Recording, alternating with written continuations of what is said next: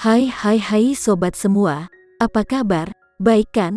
Semoga kalian semua sehat selalu, bahagia selalu dan banyak rezeki. Kali ini Mimin mau melanjutkan cerita dari novel Ternyata Suamiku Penguasa.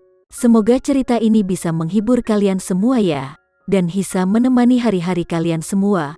Oh iya, jangan lupa bantu like dan komen ya biar Mimin tambah semangat uploadnya. Kalau begitu yuk langsung saja ke ceritanya, cekidot.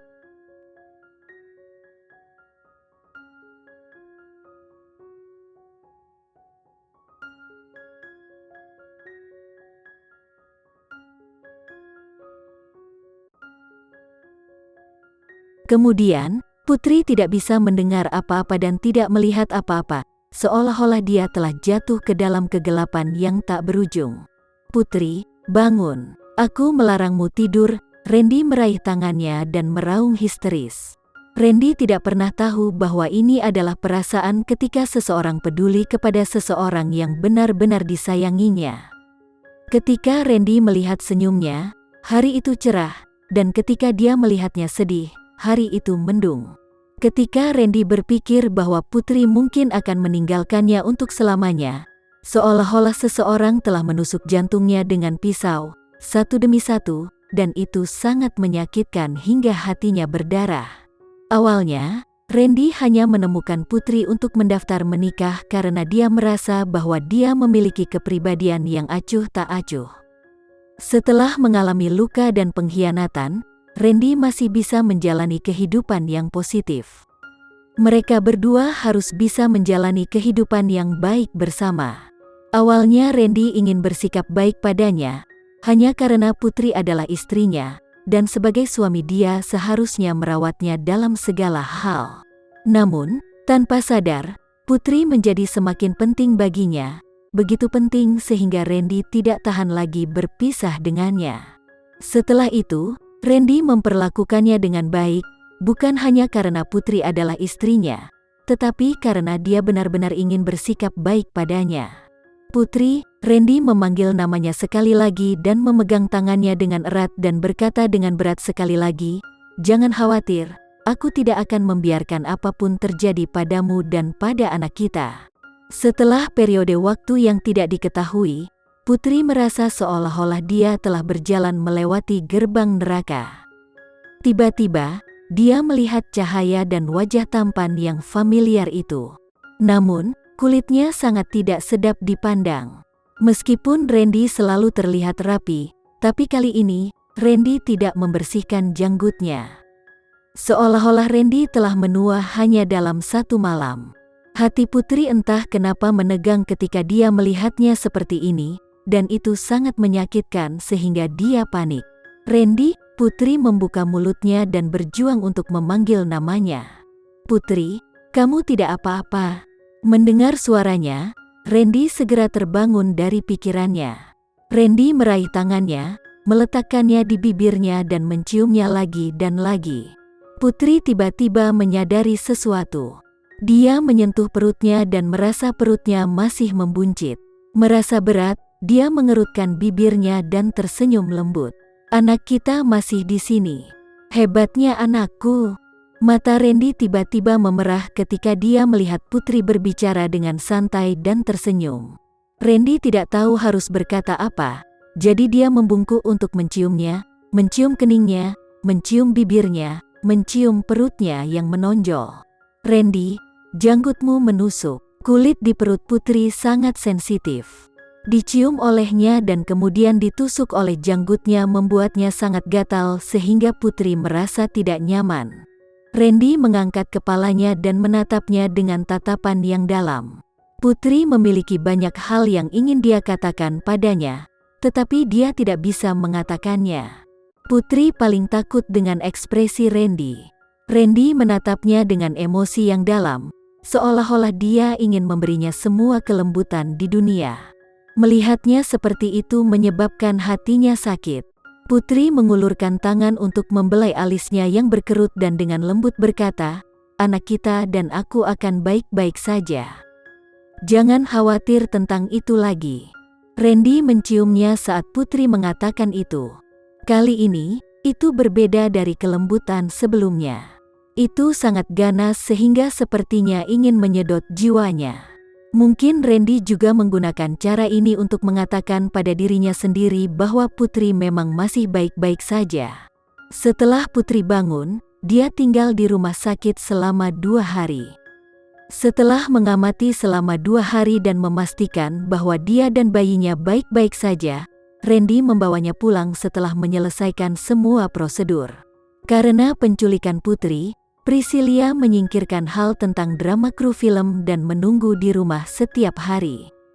Ketika dia melihat kakak iparnya kembali, Priscilia bergegas berlari sambil memanggilnya, "Kakak ipar?" "Jauhi dia," Randy mengangkat Putri, mencegah Priscilia mendekat. "Kakak, aku," Priscilia mengerutkan bibirnya. "Randy, apa yang kamu lakukan?" Priscilia tidak bisa disalahkan karena semua kejadian ini. Putri mengambil inisiatif untuk memegang tangan Priscilia dan menghiburnya. "Priscilia, anakku dan aku baik-baik saja. Jangan khawatir. Kakak ipar, untung kamu dan bayimu baik-baik saja. Kalau tidak, aku benar-benar akan mati karena rasa bersalah ini." Waktu kakak iparnya di rumah sakit, Randy juga tidak mengizinkannya pergi ke rumah sakit, jadi Priscilia tidak bisa tidur nyenyak. Randy menyambar Putri kembali dan memeluknya dengan pose posesif, dan berkata, "Kembalilah ke kamarmu dan istirahat dulu. Jangan khawatir tentang hal-hal lain." Melihat punggung mereka yang berjalan pergi, Priscilia tidak merasa dirugikan. Namun, jika dia memikirkannya lebih hati-hati, kakak iparnya telah diculik. Kakaknya pasti ketakutan, jadi Randy akhirnya menyalahkannya juga. Memikirkan hal ini, Priscilia buru-buru berlari ke dapur dan mengambil inisiatif untuk membawa sup ayam yang dimasak Bibi Sati, dan membawanya ke kamar kakak iparnya, Putri. Priscilia mengetuk pintu, tetapi tidak mendapatkan jawaban. Dia mendorong pintu sampai terbuka dan masuk. Ketika dia masuk, dia melihat Randy dan Putri berciuman. Priscilia meletakkan nampannya dan dengan cepat menutupi matanya, dan berkata, "Aku tidak melihat apa-apa. Kalian bisa melanjutkan." Dengan itu, Priscilia berbalik dan lari. Karena Priscilia berlari terlalu cepat, dia tidak menyadari Agam, yang mengikuti di belakangnya.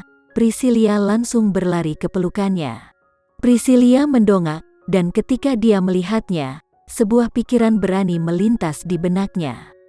Priscilia memegang kepalanya di lengannya dan menciumnya dengan keras. Priscilia tidak memiliki pengalaman di bidang ini, jadi dia hanya menggigitnya secara acak sampai Agam mendorongnya menjauh. Kemudian Priscilia mendengar suara Agam yang marah, "Jika kamu tidak tahu cara berciuman, carilah seseorang untuk menjadi mentormu. Aku tidak punya waktu untuk menjadi mentormu." "Apa?" Mendengar kata-katanya, kemarahan Priscilia meningkat dengan cepat. Dia menyipitkan matanya dan menatapnya. "Agam, ulangi lagi apa yang baru saja kamu katakan. Sama saja jika kamu membuatku mengatakannya 10 kali lagi." Dengan kata-kata ini, dia berbalik untuk pergi, tetapi sekali lagi ditangkap oleh Priscilia. Priscilia menggertakkan giginya dan berteriak, "Agam, orang yang aku suka adalah kamu. Namun kamu malah menyuruhku mencari pria lain untuk belajar cara berciuman. Apakah kamu bukan seorang pria?" Agam berkata, "Bukan." Priscilia mengulangi kata-katanya, "Bukan?" Pria ini berani mengatakan bukan. Bagaimana mungkin ada pria seperti itu di dunia ini? Dia benar-benar bisa mengatakan bahwa dia bukan pria yang begitu berani.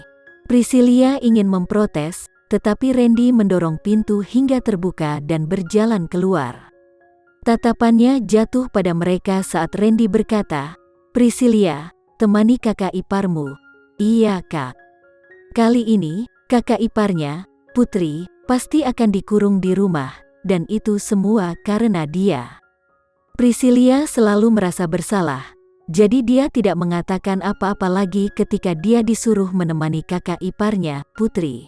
Setelah Priscilia memasuki pintu, kedua pria yang sama-sama luar biasa itu saling memandang. Agam dengan cepat berkata sebelum Randy bisa membuka mulutnya, Aku akan membantumu menjaga di sini. Pergi dan selesaikan urusanmu dulu. Iya, Randy mengangguk, berbalik dan pergi. Sekarang putri dan anak dalam kandungannya aman, Randy akan punya waktu untuk mengurus orang-orang yang menyakiti mereka. Randy pergi ke ruang penyimpanan dingin tempat putri diikat dan melihat ketiga pria itu tergeletak di tanah. Rizal, yang telah menjaga tempat itu, segera naik dan menyapa dengan hormat, "Bos Randy." Putri telah tinggal di rumah sakit selama beberapa hari, jadi tentu saja, ketiga penculik telah diikat di sini selama beberapa hari. Meskipun mereka diikat, Rizal tidak membiarkan mereka kelaparan. Rizal tahu kepribadian Randy dengan sangat baik. Dia ingin mereka mati kelaparan seperti ini, setidaknya sebelum mereka mati. "Bos Randy, kami tahu kami salah. Kami seharusnya tidak pernah menculik istri Anda." Ketiga penculik itu terus bersujud, mata mereka penuh hasrat.